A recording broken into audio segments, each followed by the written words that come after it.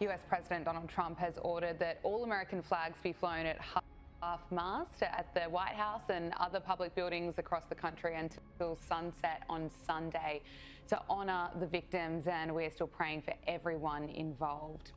Moving on, Donald Trump is calling for billionaire George Soros to face criminal charges, accusing him of backing violent protests across the country.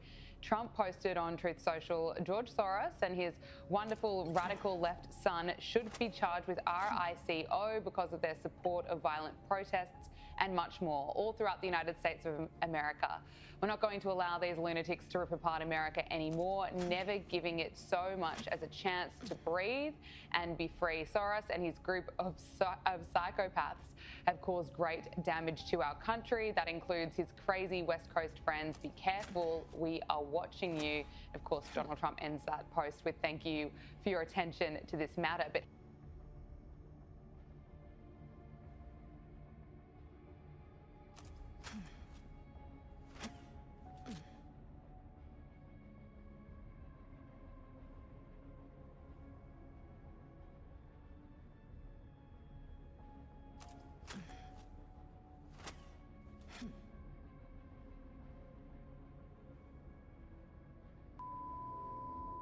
there was a 2014 study that showed that Fortune 500 companies were more likely to pick a female CEO if the company was struggling, basically setting women up for the big job, but to all.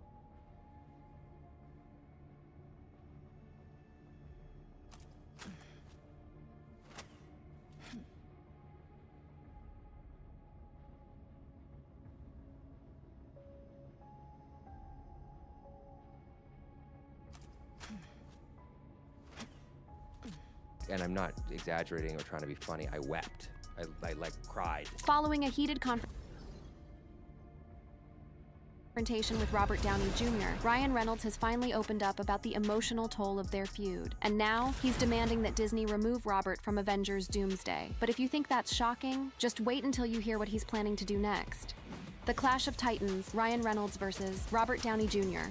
Ryan Reynolds has had enough. The usually quick-witted, endlessly charming Deadpool actor is now at the center of a brewing storm that could tear apart Marvel's most ambitious project to date. Behind the closed doors of Avengers Doomsday, a film already straining under the weight of expectation and billions in investment, Reynolds has allegedly made a demand that stunned even hardened studio insiders. He doesn't want to share the screen with Robert Downey Jr. anymore.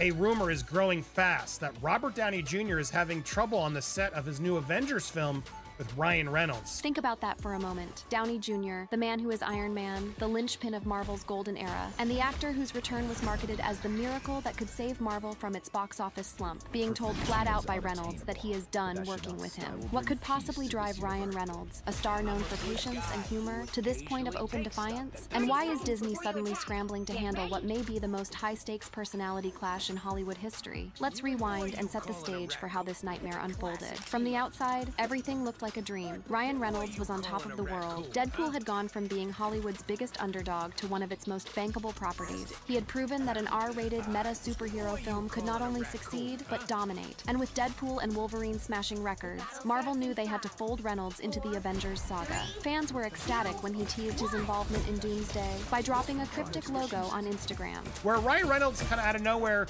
fueled the speculation that he's going to be in Avengers, then he dropped this logo on his Instagram. On the other side of this equation, Robert Downey Jr. was being heralded as Marvel's savior. After a string of embarrassments, the Marvels, Thunderbolts, and even Fantastic Four failing to ignite, the studio was desperate. They didn't just want Downey Jr. back, they needed him. That desperation gave him unprecedented leverage. According to multiple industry insiders, Downey Jr. wielded that power aggressively on set. Downey Jr. demanded reshoot. Behind the scenes issues with the actors are due to a clash of egos.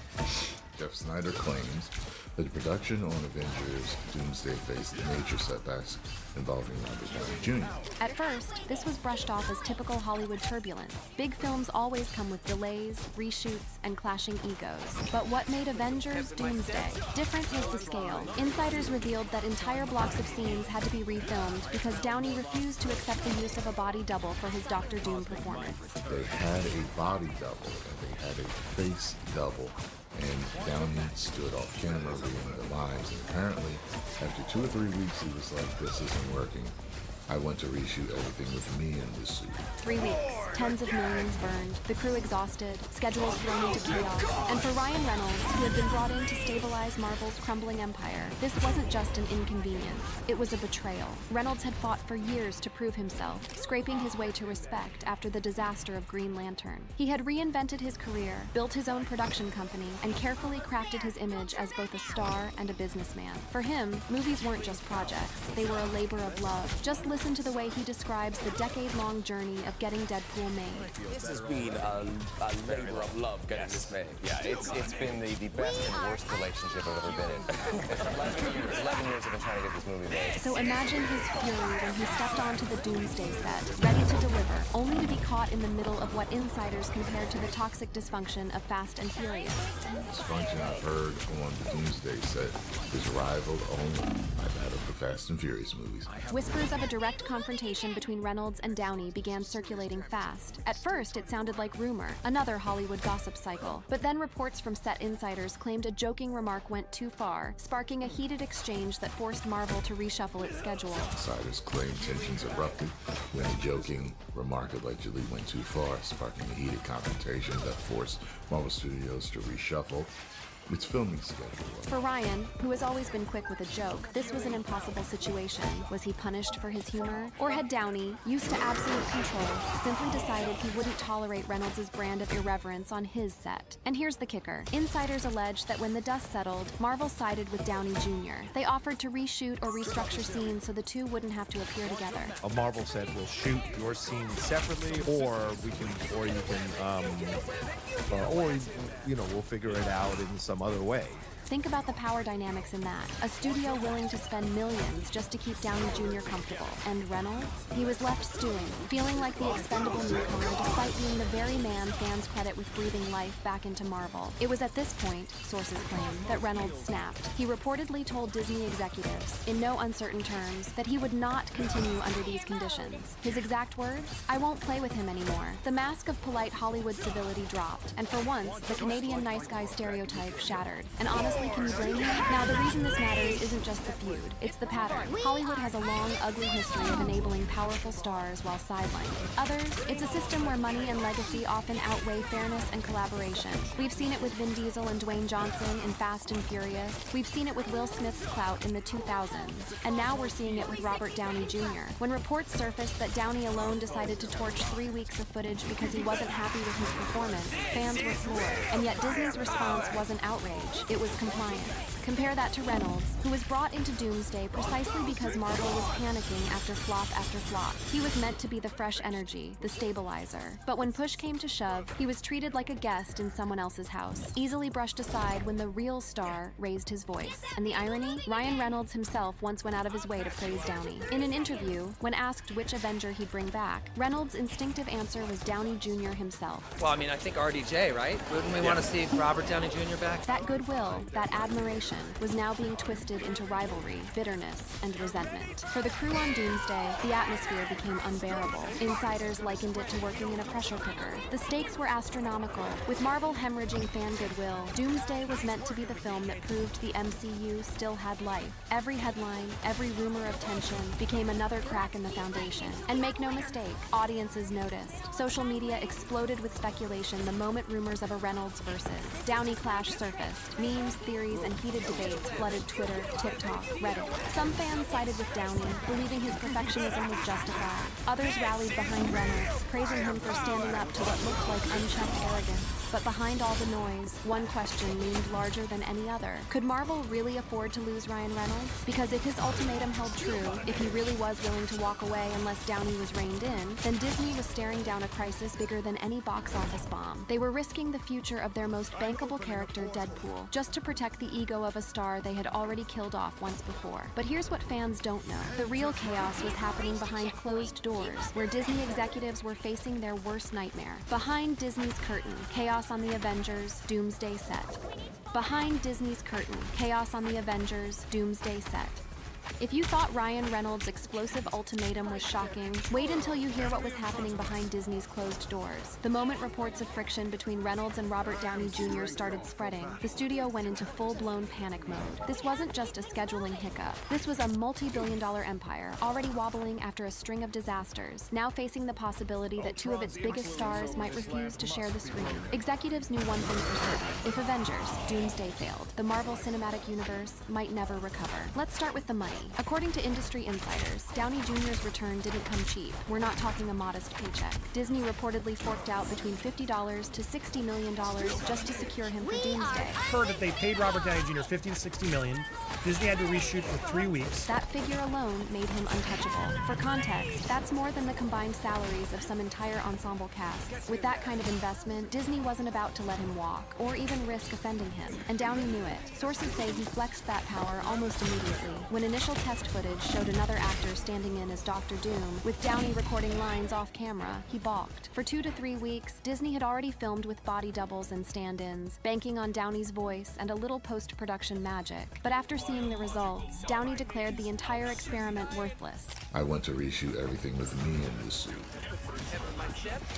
Tension on Doomsday set. Was it because the suit's uncomfortable? Is it hot?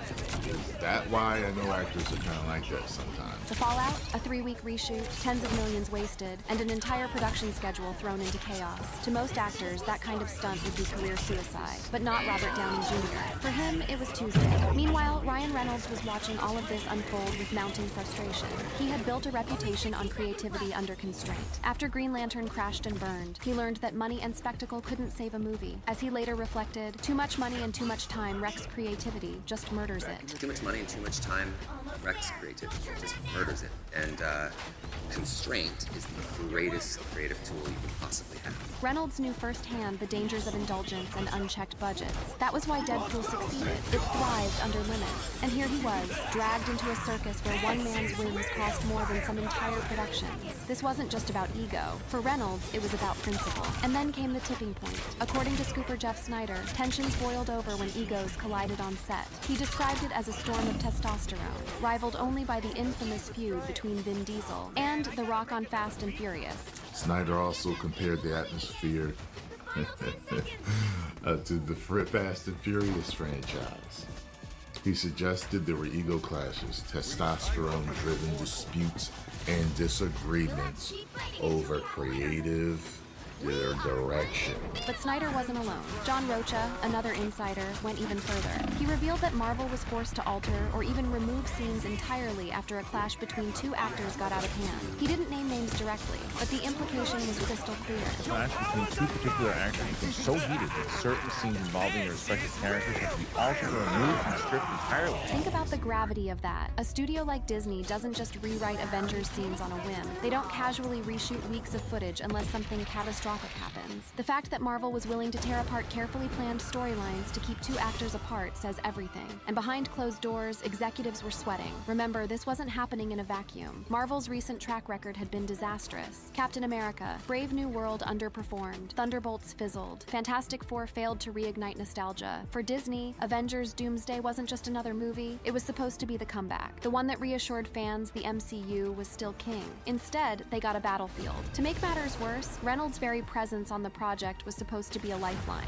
After years of pushing Deadpool uphill, he had delivered Marvel its first genuine box office triumph in years. Bringing him into Doomsday was meant to inject humor, freshness, and credibility. And yet insiders claim that Disney bent over backwards to keep Downey happy, even at Reynolds' expense. In other words, the studio was willing to treat Reynolds like a supporting act in his own comeback. For Ryan Reynolds, a man who had spent over a decade fighting for Deadpool's voice, this must have felt like deja vu. Remember, he was the one who leaked that infamous Deadpool test footage, something he later joked about as a happy accident. Somebody accidentally leaked it on the internet, which is super crazy.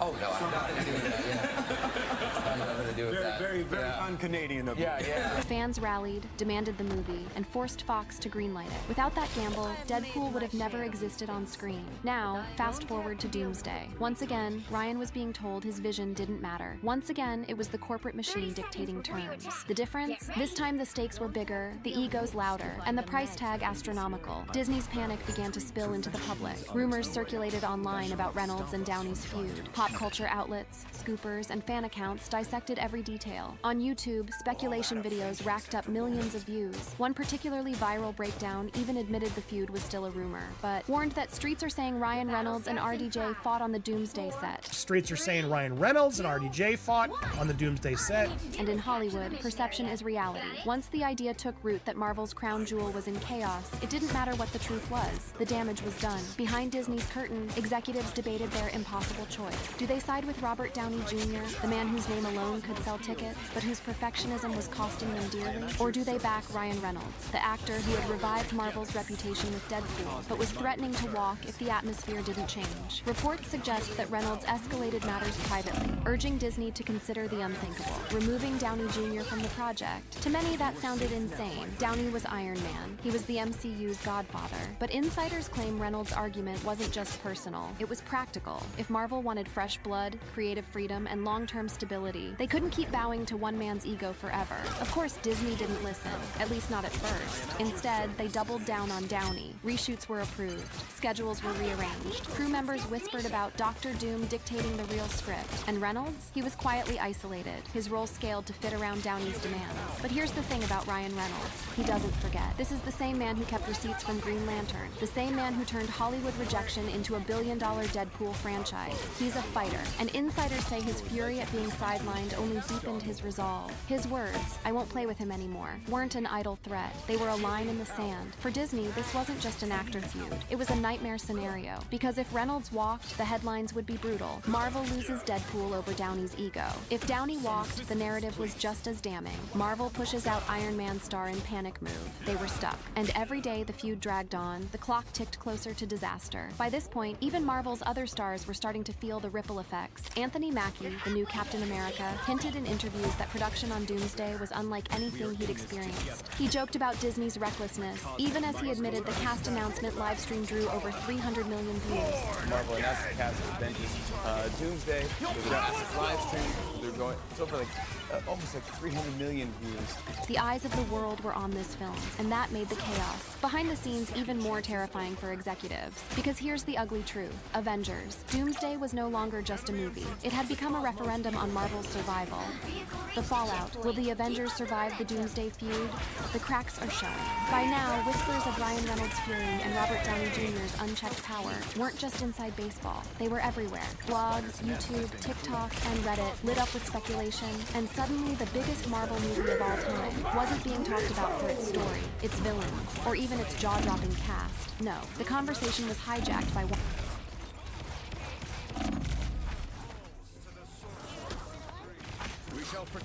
question. What on earth is going on between Reynolds and Downey Jr.? And fans weren't whispering. They were screaming. The rumors hit like wildfire because they played into what fans already suspected, that Marvel was collapsing under its own weight. The internet was already buzzing about Deadpool's surprise involvement in Avengers Doomsday after Reynolds teased that cryptic logo months before. So earlier today, Ryan Reynolds has posted this photo on Instagram. Is this what I think it is? Are we actually going to see Ryan Reynolds return as Deadpool in Avengers Doomsday? When the feud rumors dropped, fans connected the dots instantly. They didn't see a coincidence. They saw dysfunction. They saw Disney gambling on star power instead of storytelling, and it terrified them. But here's where things get messy. Insiders couldn't agree on the truth. Some swore it was a direct clash between Reynolds and Downey. They pointed to egos, a joke gone too far, and Marvel's desperate reshuffling of the schedule. Others pushed back, insisting the real culprit might have been someone else. Pedro Pascal's name was floated more than once as another strong-willed actor clashing on set. More likely could be, there's a lot of other people in this cast, potentially. There's additional, a lot of people are saying it could be Pedro Pascal. A lot of people having issues with him. But here's the thing. Fans didn't care about nuances. To them, the optics were clear. Downey was throwing his weight around, and Reynolds was being mistreated. The court of public opinion was already siding with the underdog. Even the trades picked up the story. Some reporters tried to downplay it, stressing that everything was just rumor. And I want to reiterate, this is a rumor, guys. I've tried to take the past couple days to confirm this story, and I've been unable to confirm it confidently. But others leaned into the drama, framing the feud as proof that Marvel's empire was crumbling. And in Hollywood, Perception is often more powerful than fact. For Reynolds, this wasn't the first time he'd had to battle studios to be taken seriously. His career is littered with moments where executives underestimated him. From the Green Lantern fiasco to Fox shelving Deadpool for years. He had joked before about being an actor who smuggled pies instead of drugs. Well, it's like Hollywood actors think. It's like a kilo of cocaine in there. But beneath the humor was a man who had fought tooth and nail for respect. And now, here he was, watching Disney bend to Downey's every whim while he was treated like a supporting act in his own comeback. It cut deep. Meanwhile, Robert Downey Jr. seemed unbothered. In fact, in public appearances, he came across as his usual witty, playful self. In one interview, he joked about how awkward it was pretending to act surprised when opening a door on set. There's stuff that I bet opening doors, pretending you're surprised to see somebody that has been standing on the other side of the door waiting for the cue. To fans, it was another reminder. Downey could make light of anything. To insiders, it was proof of just how untouchable he had become. And that only made Reynolds' reported anger sharper. Disney executives, for their part, were scrambling. They knew Doomsday was already overstuffed with cameos, characters, and crossovers. Even Anthony Mackie, Marvel's new Captain America, mocked how absurdly huge the cast reveal had been. For Disney, the math was simple. Too many stars meant too many egos. But how do you tell Robert Downey Jr. to tone it down? You don't. Instead, the studio chose silence. They avoided addressing the feud publicly. They let YouTubers, scoopers, and fan accounts spin theories while they quietly tried to keep the production afloat. But silence only fueled speculation. Every day without a kids at a Catholic school, and the media wants to take away your handgun. So how? That's right. That's right.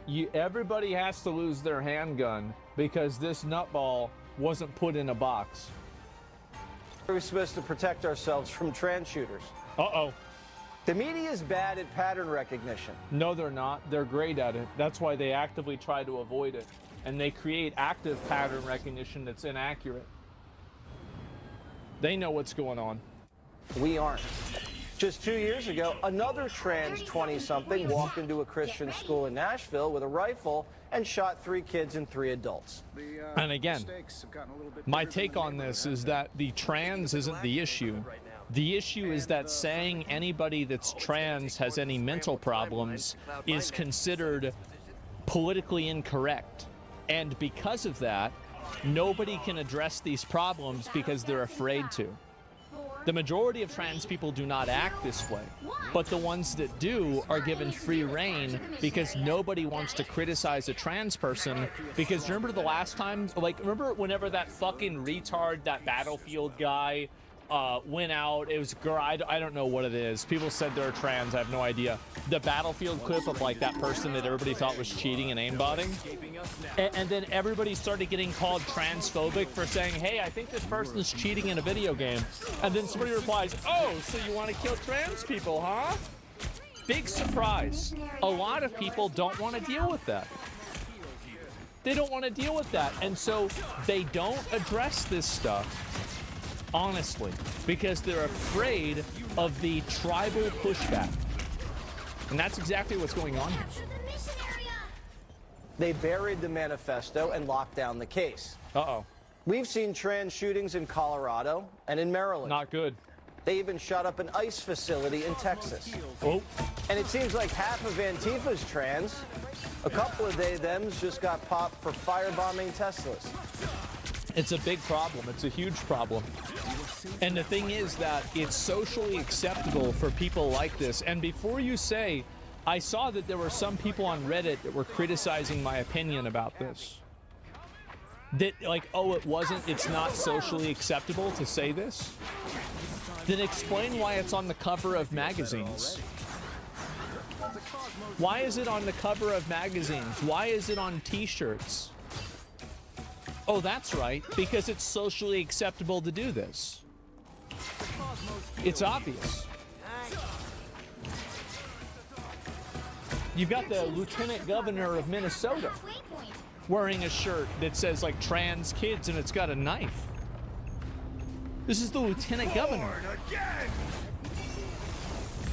What are we doing here?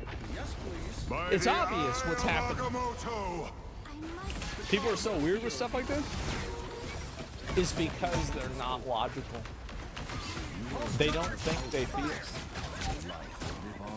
The mayor of Minneapolis says, you can't say that. Oh. anybody who is using this as This guy cried at George Floyd's funeral. This guy got down on his hands and knees crying about George Floyd. This is the guy right here. George Floyd, by the way, who pointed a gun at a pregnant woman. as an opportunity to villainize our trans community or any other community out there has lost their sense of common humanity. We should not be operating out of a place of hate for anyone. We should be operating from a place of love for our kids. I don't hate anyone who thinks they're trans. I feel sorry for them. But statistically, the trans population has been prone to violence. Do you remember whenever I said that all of the problems that people have with LGBT have to do with the T? And I got a ton of hate for it. Remember, everybody was mad at me for saying that? I wonder how many more times I have to be right until people will say that I was right. It's not that I'm smart, it's that everybody else is delusional. In the land of the blind, the one-eyed man is king. I can't see anything that other people can't see. It's just that I have my eyes open. It's not villainizing, that's reality. And if you can't recognize reality, you're in danger. We love the American people, especially American children. And if they're troubled and believe there's somehow a girl trapped in a boy's body, we want to get them help. Yeah. We don't want to give them hormones and operate on them. Exactly. This is not even, and also keep in mind, this is not even a popular stance among trans people. Or actually, that's not true. It's not a universal stance among trans people. The idea of children transitioning is a hotly contested topic inside of even trans communities. Like a shepherd. Society shouldn't be trying to produce more trans kids. We shouldn't be encouraging an emotional disorder or whatever. Trans people have 42% suicide rate, man. That's sad. I think it's also really sad.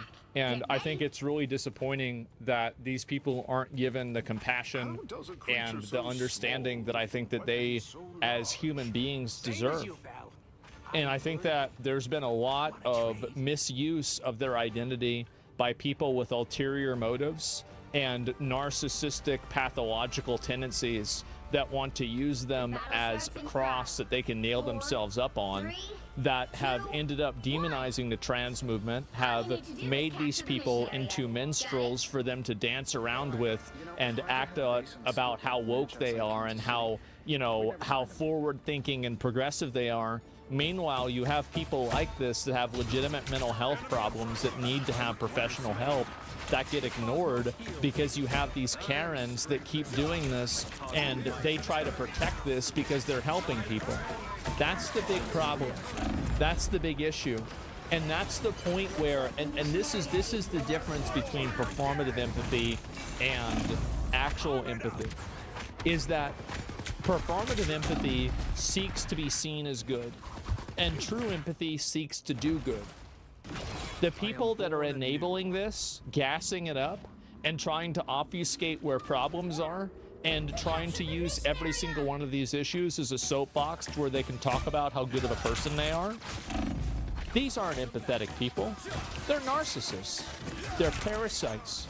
And they're literally sucking the life out of this community. They're damaging any sort of movement, any sort of progress the trans community has made at all in the last 20 years. These people are setting it back faster and farther than Donald Trump could ever even dream of. What do you think does more damage to the trans community? Having a shooter like this that goes out and does all this stuff, that it's found out they potentially transitioned at 17 years old, or Donald Trump signing an executive order? What do you think really does more damage from the perspective of the public and how people perceive things? I'm going to tell you, this does, and it's not even close. This is. And doctors should stop profiting from it. Great Britain ended child sex change surgeries. They said it's barbaric, and they're right. And politicians should stop elevating the trans issue like it's the civil rights struggle of the 21st century. You see it all over Minneapolis. Yeah. Minneapolis will continue to be a safe haven. For our trans community, for being a safe haven for transgender individuals. We have. Oh, man. Oh, God. By the Oh, fuck. What is going on? And you have these people, this is the issue, right? Is they're using this so much as they don't give a fuck. You think they give a fuck about trans? They don't give a fuck about them. Like, they don't care about this at all. All they care about is getting votes. That's it. Sue them for gender-affirming care. Yes, we are not going to scapegoat our transgender community. When our children tell us who they are. Look at this stupid bitch's shirt. Protect, and she got a knife. Somebody got to ask this dumb bitch why the fuck you thought it was a good idea to go and wear a knife with this. It says protect with trans kids. This is a joke, bro. It's an absolute fucking joke. She's acting lieutenant too. How big are transgender societies? They're about 0.7% of the population, 0.6, 0.7, somewhere around there. That's what it would be in the clean house in Minnesota. I mean, I don't really know about that, but like symbolizes the genital mutilation. I mean, I don't know. Like it symbolizes fighting back, right?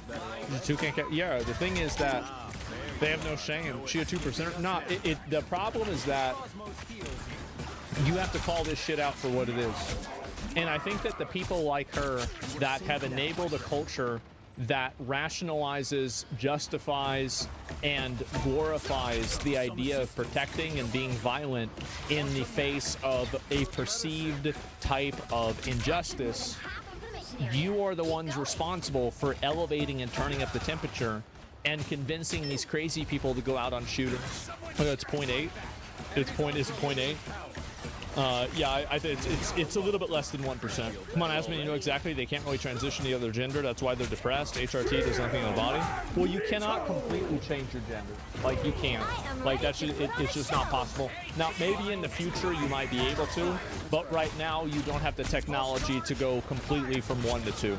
You can go from 1 to like 1.8, 1.9. You can go from 2 to like, 1.1, 1.2. But you can't go all the way from 1 to 2 or from 2 to 1. Like, it's not possible yet.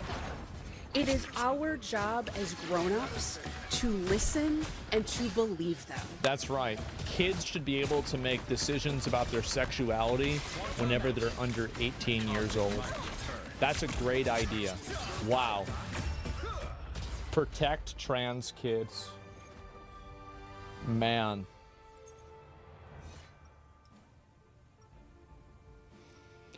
I think this issue is like flat Earth. And I think it is going to completely torpedo any sort of liberal or Democrat policies that get behind it. Because it's not about how big the issue is. It's very obvious that trans is a very small minority issue, and it's not really indicative of the larger problems that face society as a whole. It's not. It's a minor, literally less than 1% issue. But ask yourself the question, would you trust the mental facilities of a person who could truly believe that the Earth is flat? Because I certainly wouldn't. I'd think they're fucking crazy, out of their mind, and I wouldn't trust their judgment on anything. And that's what this issue is doing to the Democrats. They are killing themselves with this issue. So when your 9-year-old tells you he's a horse, do you let him sleep out in the barn and eat hay? I guess so. What are we doing here?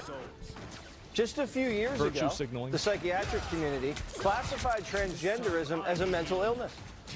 Then doctors went woke and removed it as a condition, and now millions of young Americans are identifying themselves as trans and getting high fives. When someone has an illness, we should treat it instead of affirm it. We don't celebrate schizophrenia. We don't encourage depression. Teenagers are confused. Sometimes these things are just a phase. And if they're not, all right, then a grown man can wear a dress. If he wants to do that in America, he has that right. Exactly. And that's, I think, the way that most people feel about this. Yeah, do whatever the fuck you want. Exactly. Yeah, sure. We're a pretty darn tolerant society, but... Is it bad to agree with him? If I had to guess the amount of people that agree with him, I think that we're at about 80 to 85% of people agree with what Jesse's saying here. This is a super mega majority here. The left's like in my opinion, I think that anybody who's trying to push this issue, you should not vote for them just based off of that. Because this is an indicator that they are not of sound mind. If you're trying to push child sex transitions, this is an instant no-go. Instantaneously. Doesn't matter what else you're saying, because it probably won't happen anyway. Delusional posting? Yes, exactly. Huge indicator. Absolute deal, but yeah, this should be a deal breaker. The same as Flat Earth is. Weaponizing trans kids. The worst part is Flat Earth is less damaging. And turning them into culture warriors. And they've been turned loose against the church, schools, and Trump. You see it, I see it. Everybody knows it. The trans clan has a militant wing. And it's out. It's obvious that they do, by the way. This is not even a question. Anybody who thinks that this is not the case is literally lying to you. They are lying to you, they are misleading you, and they're doing it intentionally because they want you to be deceived. They absolutely are. For blood. They're taking lives, defiling churches, and freaking everybody out. And some politicians are doing more to protect shooters like Westman than soft targets like schools. That's right. In 2023, private schools in Minnesota begged Governor Walz to fund more school systems. They told him it was an urgent and critical need. Why didn't he do it? Minnesota had an $18 billion budget surplus. Wow. But the governor didn't do it. Why not? Instead, he turned Minnesota into a trans sanctuary. And to think that we almost had this retard, this bald retard as the vice president. Oh my God. Isn't that crazy? How did we ever let this happen? How did we let the inmates take over the asylum? What has the right done to support counseling for kids and adults that think they're trans? I just see a lot of belittling. The world is not at an obligation to prevent you from crashing out and shooting up a school. Just full stop. And his Attorney General, Keith Ellison, sued Trump so they can keep castrating little boys. Tim Walz failed. Our leaders keep failing us. They failed us during COVID, on trade, on immigration. They say they care about kids, but they locked them down and oversaw an obesity and chronic disease epidemic. And also, yeah, to answer this question, yeah, and by the way, I agree with you that they don't get the proper treatment. That's why I want to bring back mental institutions. I think these people need to be institutionalized. Not all trans people, obviously, but the people that are out there, like, with guns talking about shooting people, yeah, we need to institutionalize them. So, like, I do actually, like, that. I agree with you in principle.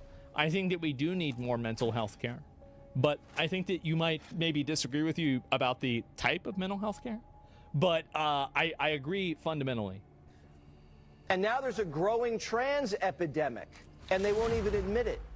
Just like crime. They created a crisis and then lie about it and blame you for not being compassionate. That's right. But their fake compassion? I'm not judging. Has it? I will bring oh, peace bro. to this universe. No It's matter getting the the cost. mainstream media now. Oh man. Oh, I can't believe it, bro. I've been waiting on this for a bit. I'm feeling real good today, boys. Keep it up. Yep. Is getting people killed. Sure is. Absolutely. You don't need to institutionalize them. They need to get therapy and counseling. Nope. Institutionalize them. If you're talking about going out and shooting people and you're very clearly mentally ill, you don't understand what you're doing, you think that you're talking to demons, I don't think that in good faith I would ever, for any reason, would you put your kids around a person like that? The answer obviously is no. So why the fuck would you put somebody else's? And the reason why, I'll tell you the reason why. It's because it makes you feel good. And that's not good enough for me. I'm sorry to say, it's not. And exactly. And so yes, people have no problem doing this kind of stuff. Oh, here we go. Learning that there's no magic wand that can make him a real girl, is that turned him into nihilism, right? Okay, we'll look at this, and then there's another post that I was going to look at too. They already get therapy and counseling. Unfortunately, they aren't helping. Well, again, like I've always said before, right, is that sometimes decisions like this have to be made. They're not always the nice decisions. Do you think parents should be allowed to circumcise their kids? I mean, like maybe not. I mean, if you want me to be honest, I don't really have a strong opinion on that. Like, I don't think that it doesn't have the same cultural relevance, and it doesn't cause the same problems that, you know, like sex changes cause. So, like, I mean, I think you bring up a good point, and it's an interesting parallel that you bring up. And maybe you're right. Maybe they shouldn't be allowed to. But my point is that it's clearly not having the same effect, is it? Give me 1 second. I'll be right back. Okay. Circumcision's common practice and has been for thousands of years.